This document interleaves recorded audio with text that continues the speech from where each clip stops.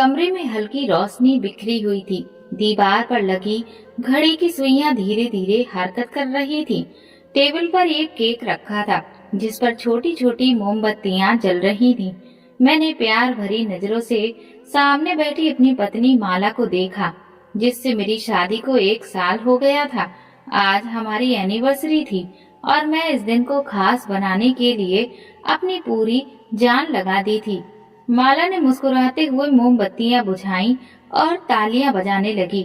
मैं खुश होकर कहने लगा, जान, तुम्हारे इतने खूबसूरत साथ का शुक्रिया। वो हंसी, उसकी वो हंसी जो मेरे दिल को हमेशा धड़का देती थी। शुक्रिया तो बनता भी है, वो बड़ी ही अदा से बोली। इतनी लंबी लाइन को इग्नोर करके मैंने तुम्हें जो अपना साथी चुना है। वो खिलखिलाई तो मैंने हल्के से सर को झुकाया। यस माय प्रिंसेस, ये शख्स हमेशा के लिए आपका गुलाम हो गया है। तो वो मुस्कुराने लगी। मैंने चम्मच से केक का एक टुकड़ा उठाया और उसके होठों के पास ले गया। उसने नरमी से एक निवाला खाया और प्यार से बोली, अब मेरी बारी है। वो चम्मच लेकर आगे बढ़ी, लेकिन उसी पल मेरे फोन की घंटी बजी। मैंने मोबाइल उठाया तो स्क्रीन पर मेरे पापा का नाम चमक रहा था। रात के इस वक्त उनका फोन आना कुछ अजीब सा लगा। मैंने जल्दी से कॉल रिसीव की। प्रणाम पापा, मैं बहुत ही खुशी भरे लहजे में कहा, लेकिन दूसरी तरफ से आने वाली आवाज ने मेरे चेहरे से सारी खुशी गायब कर दी। बेटा, मुझे अपने पास बुला लो, मैं अब और यहाँ नहीं रह सकता। मेरे पापा की आवाज कांप रही थी, जैसे वो बहुत देर से रो रहे हों। मेरी मुस्कुराहट एक पल में गायब हो गई। क्या बात है पापा, सब ठीक तो है? बेटा, तुम्हारी भाभी मुझे खाना भी खाने को नहीं देती है और तुम्हारा भाई। मेरे पिता की सांसें तेज होने लगी, जैसे उनके लिए एक एक शब्द बोलना भी बहुत मुश्किल हो रहा था। वो तो बहुत मारता है बेटा, बहुत मारता है। ये सुनकर मेरा दिमाग सुन्न हो गया। मैं कुर्सी पर सीधा होकर बैठ गया। क्या कह रहे हैं पापा? भाई ऐसा कैसे कर सकता है? बेटा, मैं सच कह रहा हूँ, मैं यहाँ अब एक और दिन भी नहीं रह सकता। तुम्हारे भाई ने मुझ पर हाथ उठाया है। मेरी तबीयत भी ठीक नहीं है। मुझे अपने पास बुला लो बेटा, अब मैं और ये जुल्म बर्दाश्त नहीं कर सकता। ये सुनते ही मेरे हाथ से चम्मच गिर गया और माला ने फौरन मेरा उतरा हुआ चेहरा देखकर परेशानी से पूछा कि क्या हुआ। मैंने नजरें उठाकर उसे देखा, फिर धीरे से कहा, पापा का फोन था। वो कह रहे हैं कि भाई और भाभी उन पर जुल्म कर रहे हैं। माला का चेहरा सख्त हो गया। तो तुमने क्या कहा? मैंने उलझन में मोबाइल को घूरा। अभी तो मैंने कुछ भी नहीं कहा, लेकिन अगर पापा वाकई मुश्किल में हैं, तो मुझे कुछ करना होगा। माला ने हाथ आगे बढ़ाकर मोबाइल मुझसे छीन लिया और एक संजीदा लहजे में बोली, अकल से काम लो रजत, हम एक साथ खुश हैं, सुकून से रह रहे हैं। अगर तुमने अपने पापा को यहाँ बुला लिया तो सब कुछ बर्बाद हो जाएगा। तुम्हें नहीं मालूम कि ये बूढ़े लोग कितने जिद्दी होते हैं? लेकिन वो मेरे पापा हैं, मैंने जोर देकर कहा तो वो बोली, और मैं तुम्हारी बीवी हूँ। माला की आंखों में गुस्सा झलक रहा था। भूलो मत कि ये घर किसका है। अगर तुमने उन्हें यहाँ लाने के बारे में सोचा भी तो मैं ये घर छोड़ दूंगी। माला की बातों ने मुझे अंदर से तोड़कर रख दिया। मैं एक पल के लिए बोल ही नहीं सका। मेरे एक तरफ मेरे पिता थे जो तकलीफ में थे, और दूसरी तरफ मेरी पत्नी, जिसके बिना मैं अपनी जिंदगी के बारे में सोच भी नहीं सकता। तुम्हें फैसला करना होगा रजत। माला की आवाज में ठहराव था, मगर उसके शब्दों में छुपी हुई धमकी मुझे समझ आ रही थी। मैंने एक गहरी सांस ली और फिर अपने पिता को बहाना बनाकर कह दिया कि मैं इस वक्त शहर से बाहर हूँ। जैसे ही वापस आता हूँ आपसे बात करता हूँ। कॉल बंद हो गई, लेकिन मेरे दिमाग में ढेर सारे विचारों की आंधी चल रही थी। मगर मुझे मुस्कुराना पड़ा, क्योंकि मेरी अमीर पत्नी को यह पसंद नहीं था कि उसकी पहली एनिवर्सरी में किसी भी तरह की रुकावट पैदा हो जाए। वो पहले ही मुझसे छोटी छोटी बातों पर नाराज थी, इसीलिए अपनी शादी की पहली सालगिरह में मैं बहुत अच्छे तरीके से मनाना चाह रहा था कि पिछली सारी नाराजगी उसकी खत्म हो जाए और उसका दिल मुझसे साफ हो जाए, क्योंकि उसे उसकी नाराजगी मैं अफोर्ड ही नहीं कर सकता था।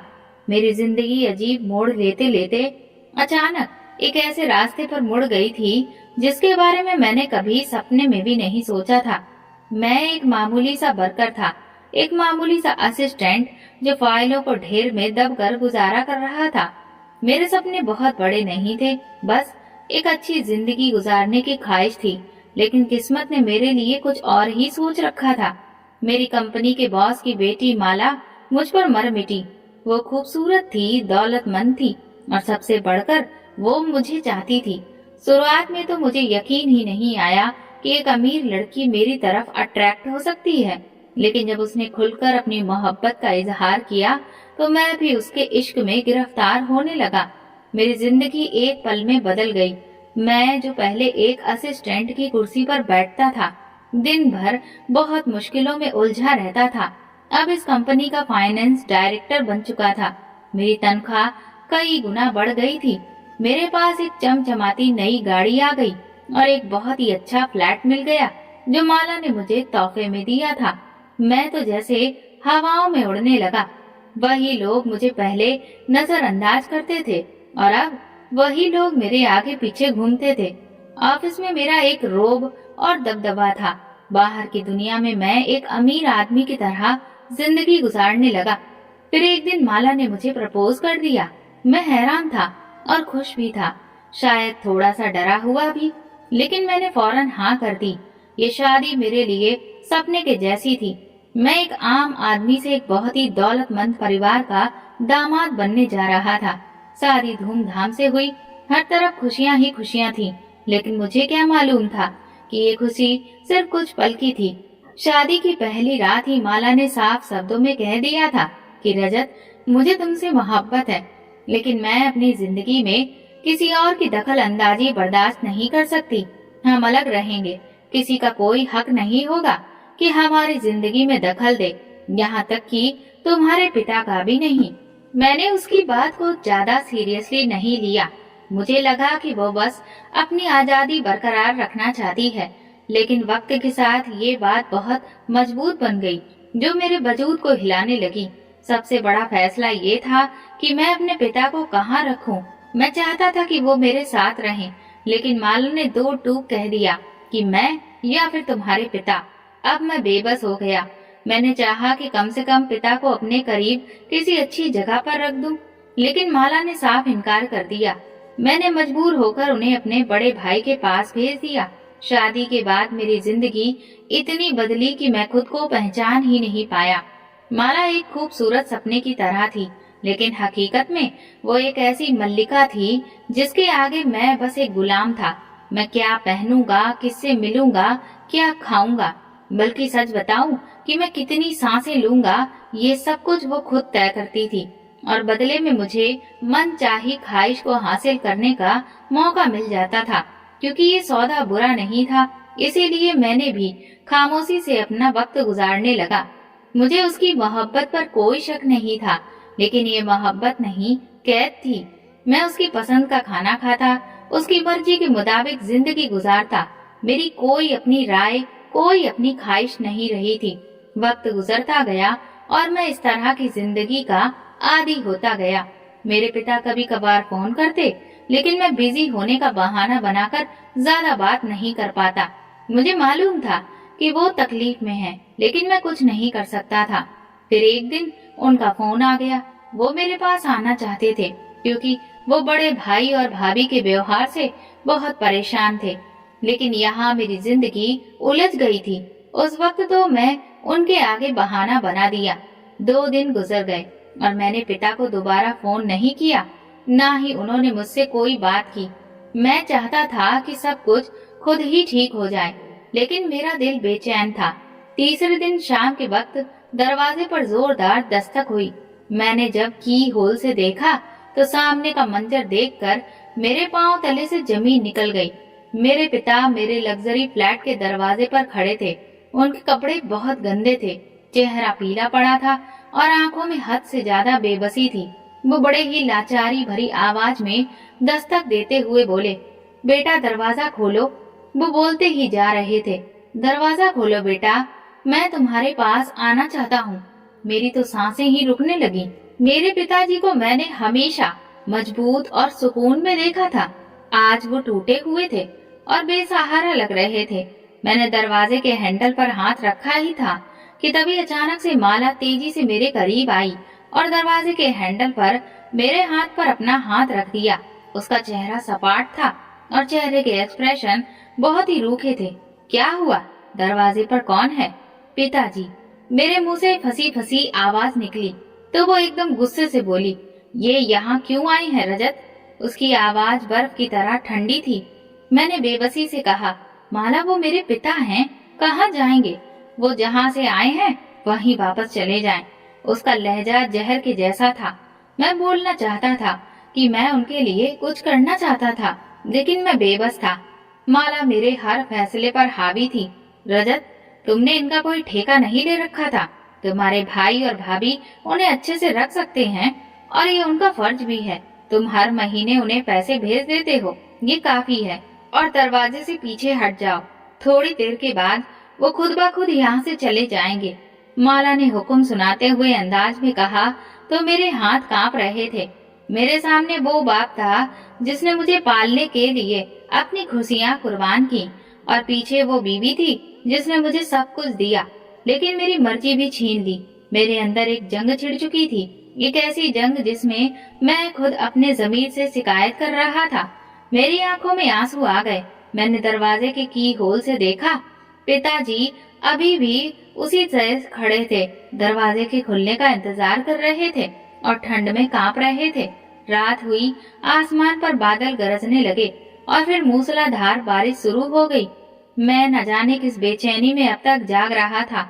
मेरी नजरें खिड़की पर जमी थीं, जिस पर पानी की बूंदें खिड़की से टकराकर नीचे बह रही थीं, जैसे किसी बेबस रूह की आंखों से आंसू बरस रहे हों। मैंने बहुत ही धीरे से पर्दा सरकाया। खिड़की से बाहर जाकर देखा कि पिताजी बारिश में भीग रहे थे और दीवार के साथ लगकर बैठे थे।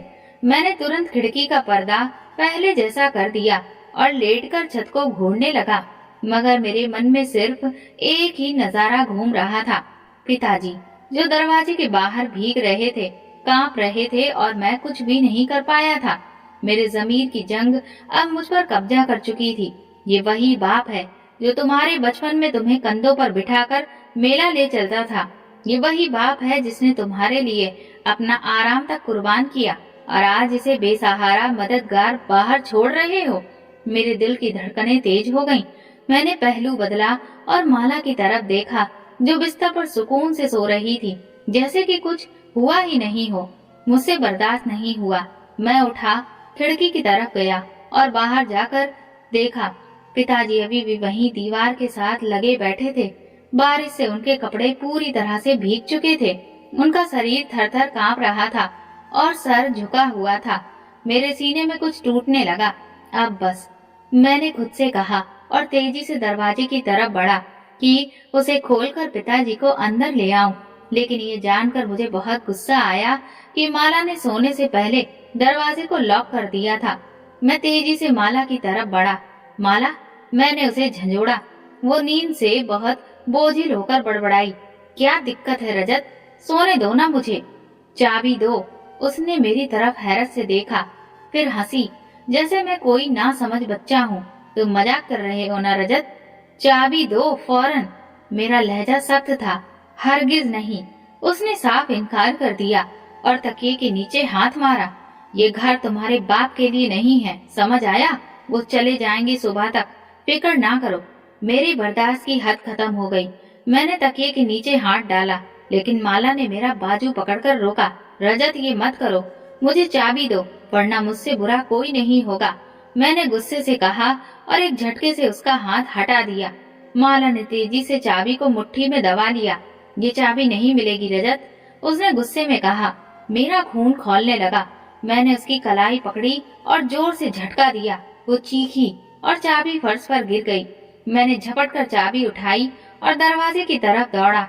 रुक जाओ रजत, मैं कह रही हूँ कि रुक जाओ।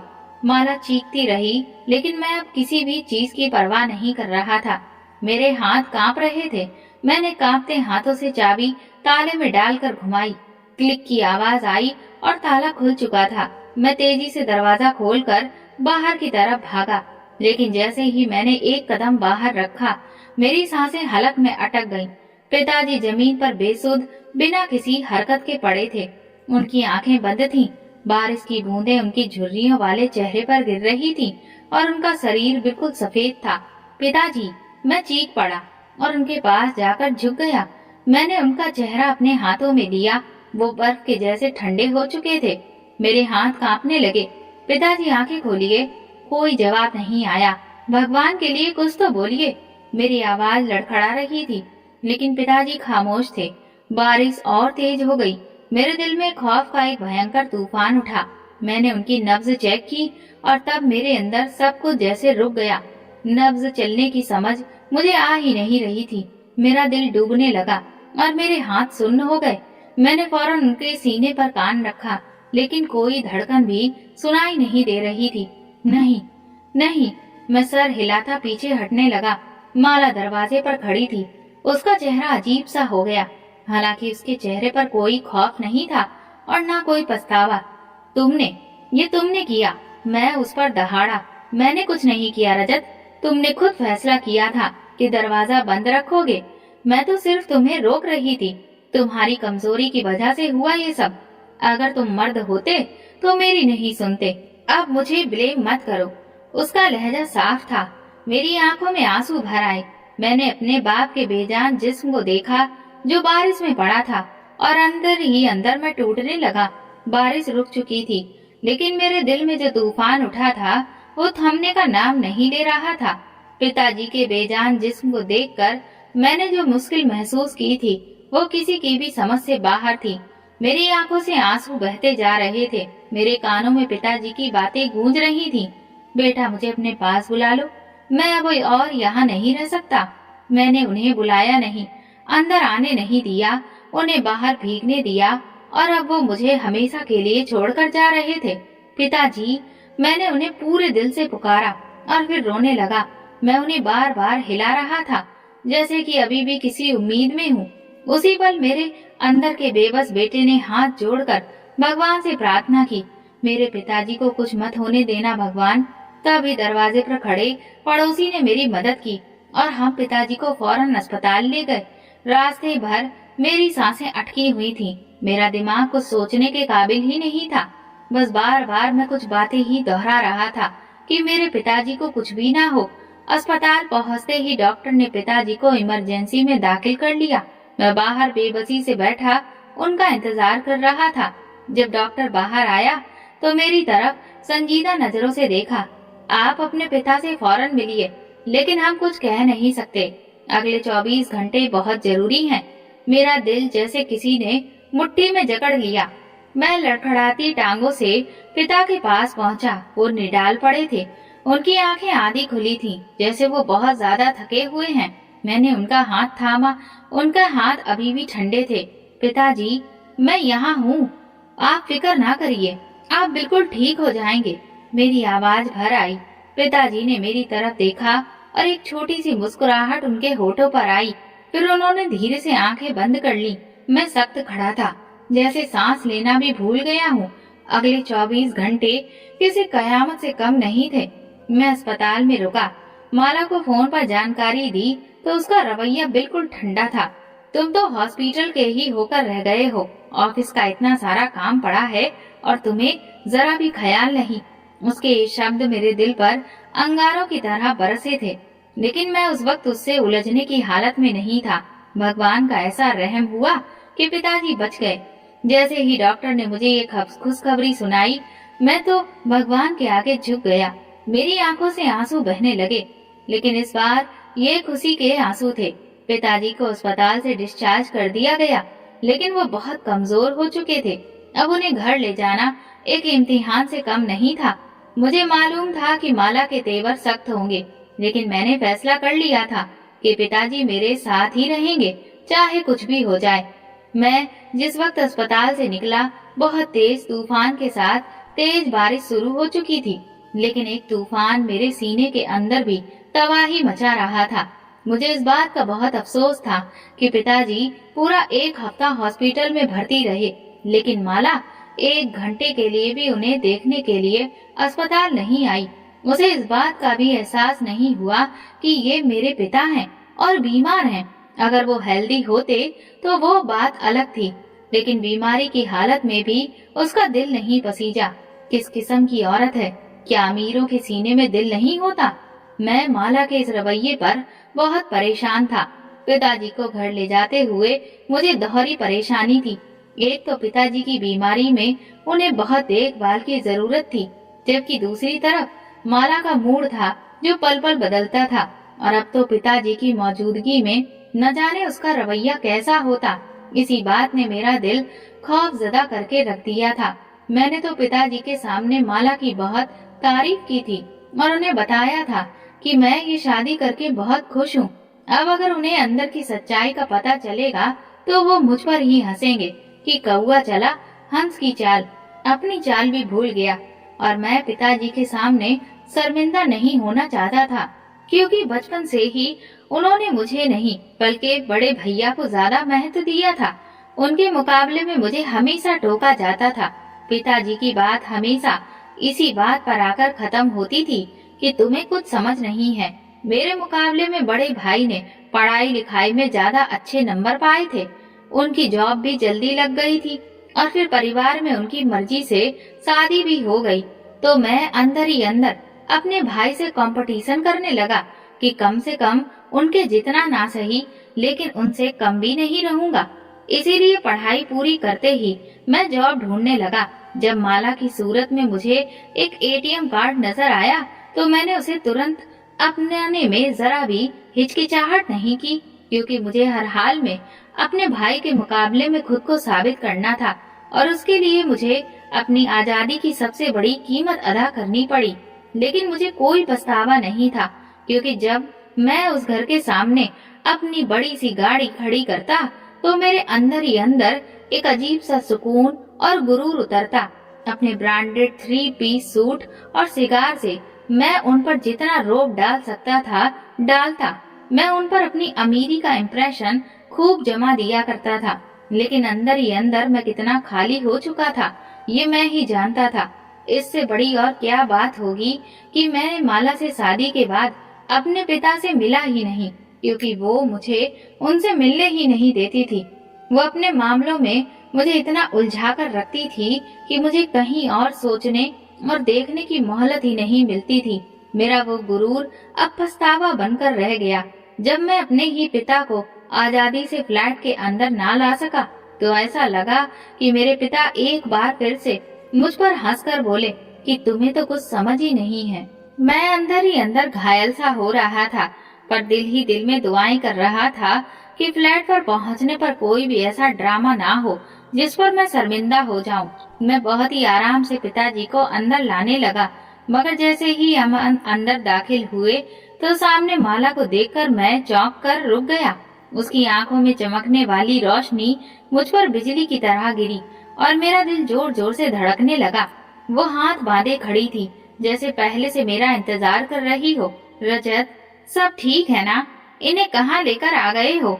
न पैर छूना, न हाल चाल लेना, न पिताजी की तबीयत के बारे में पूछना, कुछ भी नहीं। उसकी आवाज का लहजा मेरे अंदर एक चुभन छोड़ गया। मैंने अपने पिता के थके हुए चेहरे की तरफ देखा। उनकी आंखों में नमी और बेबसी थी। मेरा दिल बगावत पर उतर आया। मैं माला की तरफ रुख करते हुए सख्ती से कहा, क्या मतलब है तुम्हारा? भला मैं इन्हें लेकर कहाँ जाता? जाहिर है मैं अपने ही घर लेकर आया हूँ। माला ने ताना मारती हुई मुस्कुराहट के साथ कहा, शायद तुम भूल रहे हो कि ये जो घर दिख रहा है ना, ये किसका है? तुम अच्छे से जानते हो ना? उसका एक कमेंट मेरे सीने पर जैसे हथौड़ा बनकर गिरा। पिताजी ने ये शब्द सुने तो उनके कदम लड़खड़ाए।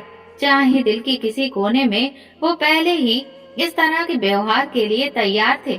मैंने फौरन आगे बढ़कर उन्हें कंधों से सहारा दिया और माला की तरफ देखा, मगर वो पैर पटकते हुए वहाँ से चली गई। पिताजी की हालत देखकर मेरी रूह कांप गई। वो इतनी बेबसी से मुझे देख रहे थे कि मेरा दिल चाहा कि सब कुछ छोड़कर बस उनके साथ कहीं चला जाऊं। मैं उन्हें सोफे पर बिठाकर बोला, आप परेशान ना हो, मैं सब संभाल लूंगा। वो धीरे से मुस्कुराए, मगर उस मुस्कुराहट में वो चमक नहीं थी जो हमेशा उनके चेहरे पर मैंने देखी थी। मैं किचन में गया कि उनके लिए सूप बना सकूं, लेकिन जैसे ही मैंने चूल्हा जलाया माला गुस्से से दंदनाती हुई अंदर दाखिल हुई। उसकी आंखों में शोले थे, जैसे अभी सब कुछ जलाकर राख कर देगी। ये सब क्या हो रहा है रजत? हमने शादी के बाद ये वादा किया था। मैंने बेबसी से सर झटका। माला, वो बीमार है, इस वक्त उनका ख्याल रखना मेरा फर्ज है। अच्छा, और तुम्हारा भाई, वो किस मर्ज की दवा है? वो मर गया है क्या? क्या सिर्फ तुम्हारा फर्ज है कि तुम अपने बाप को उठाकर अपने कंधों पर लेकर घूमो? उसने ताना मारा। मैंने गहरी सांस ली और शांति वाले अंदाज में उसे समझाने की कोशिश करने लगा। देखो माला, जब पापा ठीक हो जाएंगे मैं उन्हें वापस भेज दूंगा। फिलहाल सिचुएशन को समझने की कोशिश करो, लेकिन अभी चुप रहो प्लीज। उसने आगे बढ़कर मेरा हाथ पकड़ा। मैं सब कुछ बर्दाश्त कर सकती हूँ, लेकिन अपनी जिंदगी में इस तरह की दखल अंदाजी नहीं, समझे या नहीं? ये कोई दखल अंदाजी नहीं है, ये मेरा फर्ज है। मैंने आवाज दबाई। फर्ज? और जो वादे तुमने मुझसे किए थे वो क्या थे? वो तुम पर फर्ज नहीं है। वो चीखी। माला, भगवान के लिए धीरे से बोलो, पिताजी सुन लेंगे तो क्या सोचेंगे? तुम्हें अपने पिता की परवाह है, लेकिन मैं क्या सोच रही हूँ तुम्हें इसकी कोई परवाह नहीं है।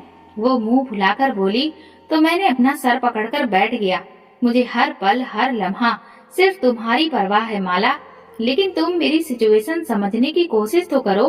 पिताजी अभी अभी मौत के मुंह से निकले हैं। तुम्हें पता है वो बारिश में भीगने की वजह से कितने बीमार हो गए थे? अगर उन्हें कुछ हो जाता तो यकीन करो मैं कभी खुद को माफ नहीं कर पाता। ये तो भगवान का शुक्र है कि भगवान ने उन्हें नई जिंदगी दे दी। बस कुछ दिन के लिए बर्दाश्त कर लो। जैसे ही वो ठीक हो जाएंगे मैं उन्हें वापस भिजवाने का इंतजाम कर दूंगा। वो लगातार मुझे घूरती रही, फिर पैर पटक कर बाहर निकल गई। लेकिन उसके बाद उसका रवैया और भी ज्यादा तल्ख हो गया। कभी वो खाने की मेज पर बर्तन जोर से रखती, कभी मुझसे इतनी बदतमीजी से बात करती कि मैं पिताजी के सामने शर्मिंदा सा हो जाता। लेकिन जाहिर है उसे मैं कोई जवाब नहीं दे पाता, क्योंकि मैं जानता था कि इससे तो चीजें और भी ज्यादा भयानक हो जाएंगी। मैं अपनी लाइफ में बहुत मुश्किल से सेट हुआ था, इसीलिए फूक फूक कर कदम रख रहा था। मैं जानता था कि मेरी जिंदगी की ये सारे ऐसो आराम की चीजें सिर्फ माला की वजह से थीं, और अब तो मुझे उनकी आदत हो गई थी। उनके बगैर तो मैं रहने के बारे में सोच भी नहीं सकता था, और माला को अब नाराज करके मैं अपनी पहले वाली जिंदगी में नहीं आना चाहता था। इसीलिए बहुत ही सब्र के साथ मैं माला का हर रवैया बर्दाश्त कर रहा था कि बस थोड़े दिन की बात है, फिर पिताजी को वापस भाई के यहाँ किसी न किसी तरह से भेज दूंगा, और फिर सारी चीजें मेरे और माला के बीच में बेहतर होने लगेंगी। इसीलिए मेरा सारा फोकस अपने पिता को ठीक करने में था। मैं उनकी खूब देखभाल कर रहा था ताकि वो पूरी तरह से जल्दी से ठीक हो जाएं, और मैं अपने मकसद में बहुत तेजी से कामयाब भी हो रहा था, क्योंकि पिताजी की हालत बेहतर होने लगी। मगर जैसे ही वो थोड़ा संभले, माला ने मुझ पर और ज्यादा दबाव डालना शुरू कर दिया था। अब तुम्हारे पिता की तबीयत काफी बेहतर हो चुकी है, तुम अपने भाई को क्यों नहीं कहते कि वो जाकर इनको ले जाएं? तो मैंने उसे धीरे से कहा कि वो वहीं से तो आ रहे हैं। अगर उसे इतना ख्याल होता तो कम से कम उनके आने के बाद एक फोन करके पिता की खैरियत तो मालूम कर लेता। आप तक जब तक पिताजी पूरी तरह से ठीक नहीं हो जाते, मैं उन्हें दोबारा से उस नर्क में कैसे भेजूं? तो क्या सारा फर्ज तुम्हारा ही है? वो बहुत ही गर्म लहजे में बोली। कैसा भाई है तुम्हारा? आखिर कब उसे ख्याल आएगा कि वो अपने बाप को यहाँ से लेकर जाए? वो रोज मुझे बातें सुनाती जैसे मेरे सब्र का इम्तिहान ले रही हो। इसीलिए एक दिन मैंने तंग आकर भाई को फोन किया, और अगले दिन भाई भाभी के साथ आ गया। मैंने सुकून की सांस ली, मगर भाभी का अंदाज देखकर मुझे ये पता चल गया कि वो पिताजी को साथ ले जाने के मूड में नहीं है। भाई खामोश बैठा रहा, मगर माला के चेहरे पर जहर उतर रहा था। मैं भाई के खाने पीने का इंतजाम करना चाहता था, लेकिन माला ने सिर्फ चाय और बिस्किट रखे तो मैं खामोश हो गया।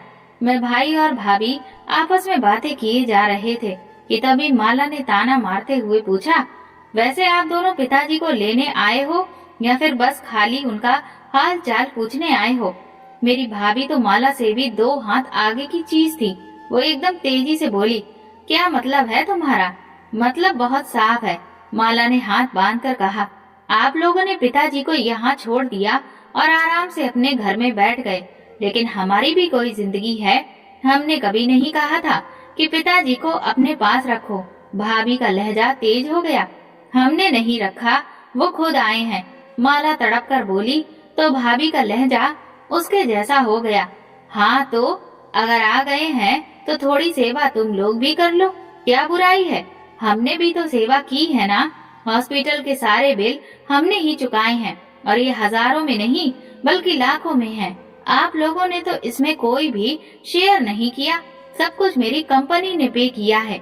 अगर तुम्हारी कंपनी ने पे किया है तो इसमें हम क्या करें? जाहिर है बाप जिस घर में होता है वहीं पर इलाज और खर्चा भी करवाया जाता है।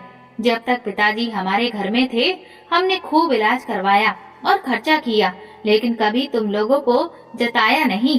कमाल है, थोड़े से पैसे क्या लगा दिए, फौरन ही जताने बैठ गई हो। मैं जता नहीं रही, बस अब मैं ये बताने की कोशिश कर रही हूँ कि अब आप अपनी जिम्मेदारियाँ संभालें और उनकी देखभाल करें। जाहिर है हमें ऑफिस जाना होता है, जबकि आप तो घर में ही बैठी रहती हैं। आपके लिए तो कोई भी मुश्किल नहीं है। इस बात पर भाभी एकदम गुस्से से बोली, पिताजी इतने बीमार हैं, उन्हें अच्छे इलाज की जरूरत है। हम अभी पिताजी को रखने की पोजीशन में नहीं हैं, तो क्या हम लोग पोजीशन में हैं? माला की आवाज और ऊंची हो गई। रजत के पास दौलत आ गई है तो क्या अब ये सबकी जिम्मेदारी उठाएंगे? मेरे बर्दाश्त की हद खत्म हो गई थी। बस करो माला, मैंने सख्त लहजे में कहा।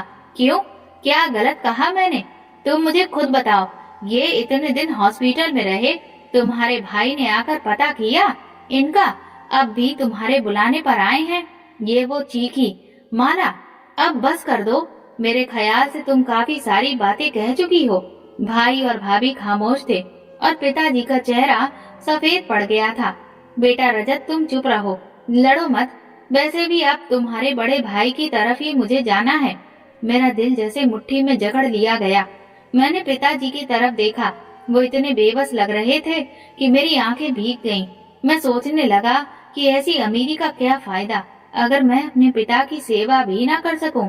मैंने माला को बेबसी से देखा, जिसे मेरी इज्जत की जरा भी लाज नहीं रखी थी। मैं एकदम से पिताजी से बोला, आप कहीं नहीं जा रहे जब तक आप पूरी तरह से ठीक नहीं हो जाते।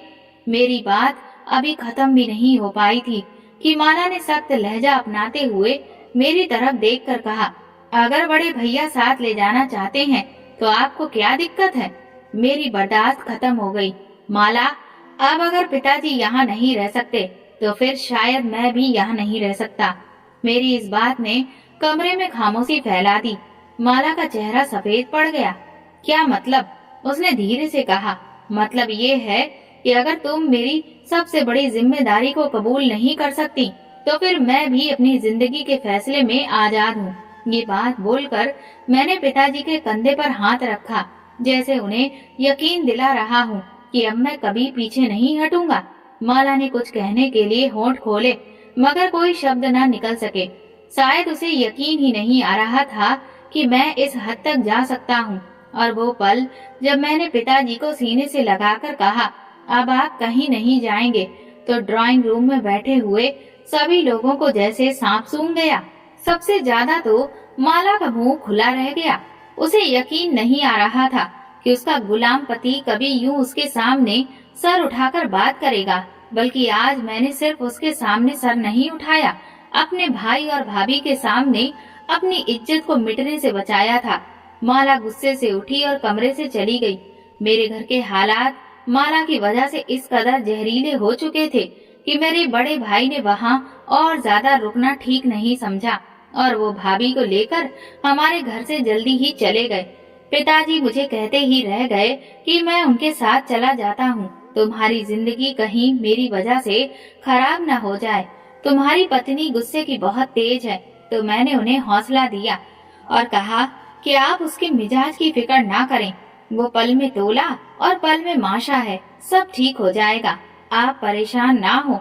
मैंने अपना फैसला तो कर ही चुका था। लेकिन मुझे अच्छे से अंदाजा था कि अब मैं एक जलती हुई तलवार पर खड़ा हूँ जो किसी भी वक्त मुझे काट सकती है। लेकिन मेरी हैरत की इंतहा तब न रही जब मैं कमरे में आया तो माला खामोश रही। हालांकि वो खामोश रहने वाली लड़कियों में से नहीं थी। मैंने तिरछी निगाहों से उसे देखे जा रहा था। मेरे कान उसकी धमाकेदार आवाज सुनने के लिए बिल्कुल तैयार थे, लेकिन उसकी खामोशी टूट ही नहीं रही थी। तो मेरे दिल में एक डर उठने लगा कि कहीं वो मुझे छोड़ने का फैसला ही ना कर डाले, क्योंकि वो ऐसी ही थी। वो जितनी जल्दी मोहब्बत जताती थी उतनी ही जल्दी नफरत का इजहार करने में वो देर नहीं लगाती थी। वक्त के साथ साथ मुझे ये अच्छे से अंदाजा हो गया था कि वो मेरे फैसले से समझौता करने की कोशिश कर रही है, मगर उसकी एक खामोशी सिर्फ एक धोखा है। उसकी आंखों में मेरे पिता के लिए अनजानी सी नफरत भरने लगी थी। वो कुछ कहती तो नहीं थी, मगर उसके रवैये में आए बदलाव को मैं महसूस कर रहा था। मैं उसे खुश रखने की हर तरह से कोशिश करने लगा, उसे पहले से ज्यादा वक्त देने लगा। पिताजी की तबीयत अब पहले से काफी बेहतर थी, इसलिए मैंने ऑफिस जाने का सोचा, क्योंकि उसका भी ज्यादातर वक्त घर की बजाय ऑफिस में गुजरता था। तो मैंने सोचा कि इस तरह उसके करीब रहने का मौका मुझे मिल जाएगा, क्योंकि घर में तो उसने अपना रूम मेरे रूम से अलग कर लिया था। इसलिए मैंने एक हफ्ते के बाद दोबारा ऑफिस जाना शुरू कर दिया। मेरे काम का रूटीन बहुत सख्त है। अक्सर सुबह निकलता हूँ और देर रात लौटता हूँ। ऐसे में ज्यादातर पिताजी से फोन पर ही बात हो पाती थी। मैं जब भी फोन करता तो वो सो रहे होते, ये बात मुझे नौकर बताया करता था। और अगर कभी जाग भी रहे होते थे तो उनकी आवाज इतनी कमजोर होती कि मैं परेशान हो जाता। कुछ दिनों में मैंने महसूस किया कि पिताजी की हालत फिर बिगड़ रही है। उनकी भूख भी कम हो गई है। सबसे ज्यादा तकलीफ वाली बात ये थी कि वो अक्सर बेसब्री से सोने से पहले मेरा इंतजार किया करते थे, लेकिन अब वो जैसे मुझसे मिलने से कतराने लगे हों। उनकी रंगत पीली पड़ती जा रही थी। मुझे फिक्र होने लगी और मैंने फैसला किया कि उन्हें किसी अच्छे डॉक्टर के पास लेकर जाऊं। मगर जैसे ही मैंने ये बात माला से की, वो तुरंत बोली, अरे रजत, इसमें इतना परेशान होने वाली क्या बात है? अगर तुम्हें लगता है कि तुम्हारे पिता को चेकअप की जरूरत है तो तुम्हें इतना परेशान होने की जरूरत नहीं। हमारे फैमिली डॉक्टर बहुत ही काबिल हैं। ऐसे में उन्हें बाहर लेकर जाने की जरूरत क्या है? मैं कॉल कर देती हूँ, वो उन्हें घर आकर देख लेंगे। मैं उसकी बात सुनकर बहुत हैरान हुआ और मुझे इस बात की खुशी भी हुई कि वो मेरे पिता के लिए फिक्रमंद हुई है। इसलिए मैंने खुशी से उसके कंधे पर हाथ रखते हुए कहा, जैसे मेरी प्रिंसेस की खुशी, मैं ये मामला तुम्हारे हाथ में देता हूँ और मुझे यकीन है कि तुम इस मामले को अच्छे से सुलझा लोगी। तो वो मेरी बात सुनकर मुस्कुरा दी और फिर वाकई उसने मेरे सामने खड़े खड़े जब डॉक्टर को कॉल करके सारी बात बताई तो मुझे माला पर बेपनाह प्यार आया। वो इतने अच्छे से डॉक्टर को पिताजी की तबीयत के बारे में बता रही थी कि मैं दंग रह गया। आधे घंटे के अंदर अंदर डॉक्टर पिताजी के पास आया और उनका चेकअप किया और फिर हल्की सी मुस्कुराहट के साथ कहा, अंकल बिल्कुल ठीक है। जाहिर सी बात है, इतनी बड़ी बीमारी उन्हें जकड़े हुए थी तो कमजोरी तो आएगी ही, और ये कोई इतनी बड़ी बात नहीं है। मैं कुछ ताकत की दवाइयाँ लिख देता हूँ, वो आप इन्हें वक्त पर पिला दिया करें तो ये जल्दी ही ठीक हो जाएंगे। डॉक्टर की बात सुनकर मैं काफी निश्चिंत हो गया और फौरन ही मैंने डॉक्टर की लिखी हुई दवाइयों को मंगवा लिया। लेकिन पिताजी की सेहत तो दिन ब दिन गिरती ही चली जा रही थी। अब वो बिल्कुल शांत रहने लगे थे। मैं उनकी हेल्थ की वजह से बहुत परेशान रहने लगा था। समझ ही नहीं आ रहा था कि आखिर करूं तो क्या करूं। डॉक्टर भी आए दिन आकर उनका चेकअप करता और मुझे तसल्ली देता, लेकिन मेरा दिल बेचैन रहने लगा।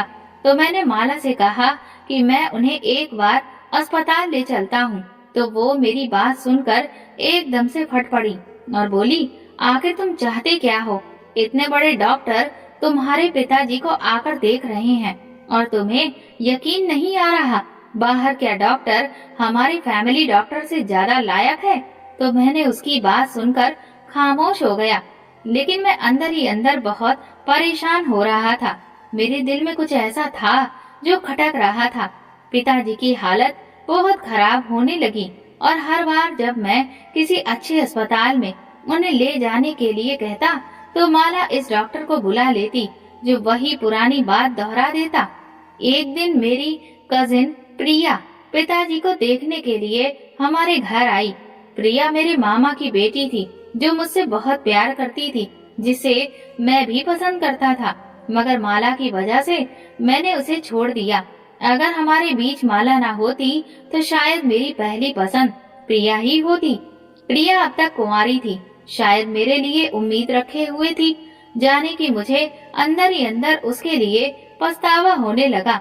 वो अभी वैसे ही थी, बिल्कुल खामोश आंखों से बोलती हुई। उसने जब पिताजी को देखा तो तुरंत चौंक गई। रजत, इनकी हालत तो बहुत खराब लग रही है, इन्हें फौरन अस्पताल लेकर जाओ। तो मैंने उसे बताया कि हमारा फैमिली डॉक्टर पिताजी का चेकअप करता रहता है। वो कहता है कि बीमारी और बुढ़ापे की वजह से उनकी ये हालत है। इस पर प्रिया ने इनकार में सिर हिलाते हुए कहा, किसी और डॉक्टर को दिखाने में आखिर बुराई क्या है? जब इन दवाइयों से कोई फर्क नहीं पड़ रहा है तो बेहतर है कि दवाइयाँ चेंज कर ली जाएं और किसी और डॉक्टर को दिखा दिया जाए। तो मैं उसकी बात मानी, क्योंकि मेरे दिल में भी तो मैं यही चाहता था कि पिताजी को किसी और डॉक्टर को दिखा देना चाहिए। लेकिन माला की वजह से मैं अपने फैसले पर अमल नहीं कर पा रहा था। लेकिन खुशकिस्मती से उस दिन माला घर पर नहीं थी, इसलिए मैंने मौका देखकर पिताजी को तुरंत ही अस्पताल लेकर गया। चेकअप के बाद डॉक्टर ने जो रिपोर्ट मेरे हाथ में थमाई वो पढ़कर मेरे पैरों तले से जमीन निकल गई। उन्हें धीरे धीरे जहर दिया जा रहा था, इसीलिए उनकी ये हालत हो रही थी। मेरे दिमाग में जैसे धमाका हुआ। घर में मेरे और माला के अलावा तीसरा कोई नहीं था, तो ये सब कौन कर रहा था? ये समझने में मुझे देर नहीं लगी। इसका मतलब ये है कि माला मेरे कमजोर पिता को मारना चाहती थी। ये ख्याल आते ही मेरे शरीर में खून खौलने लगा। मैंने कभी सोचा भी नहीं था कि जिस औरत की जिंदगी की खुशी मेरे लिए सबसे बढ़कर थी, वो मुझसे मेरे बाप की जिंदगी छीनने की कोशिश करेगी।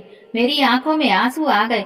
मैं कितना बेवकूफ था कि माला पर अंधा भरोसा करता रहा।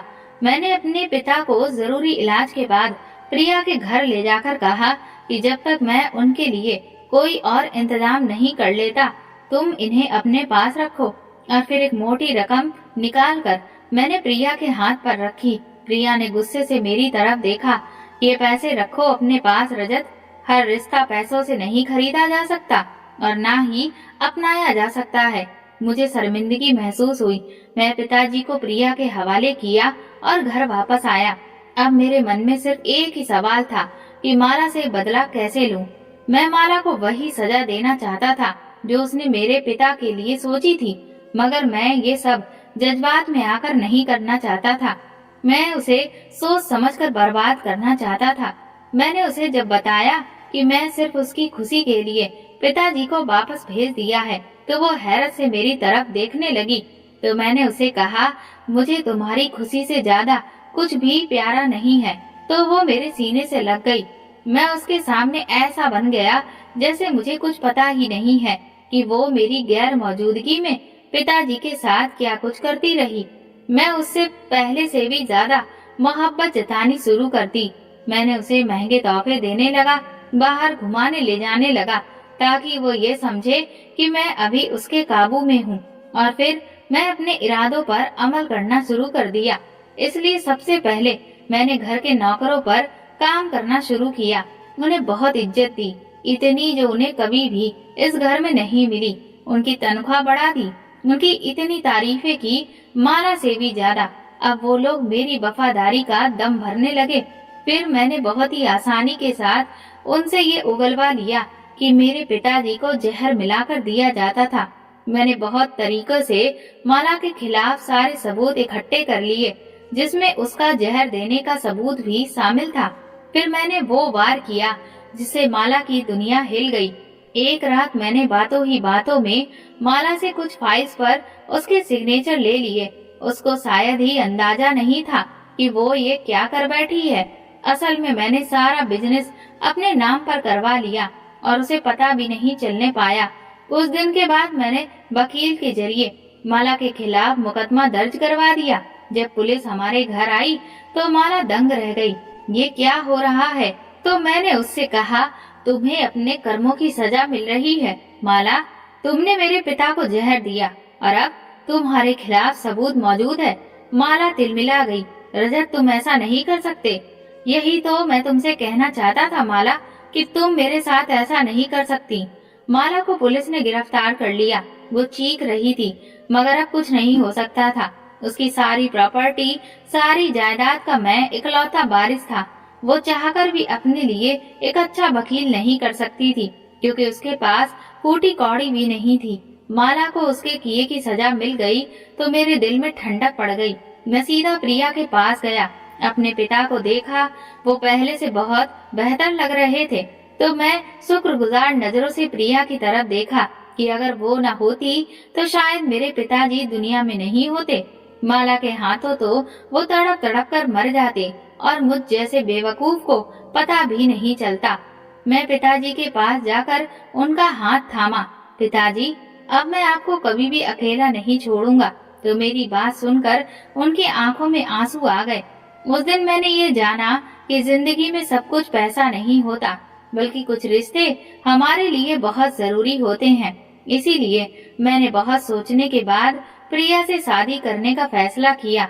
मेरी बात सुनकर खुशी से प्रिया का चेहरा खिल गया था। दोस्तों, अगर आपको हमारी कहानी पसंद आई हो तो कमेंट करके जरूर बताएं और वीडियो को लाइक करके ज्यादा से ज्यादा शेयर करें। चैनल पर नए हैं तो सब्सक्राइब करें और हाँ, नोटिफिकेशन बेल को जरूर दबाएं ताकि अगली अपडेट सबसे पहले आपको मिले। धन्यवाद।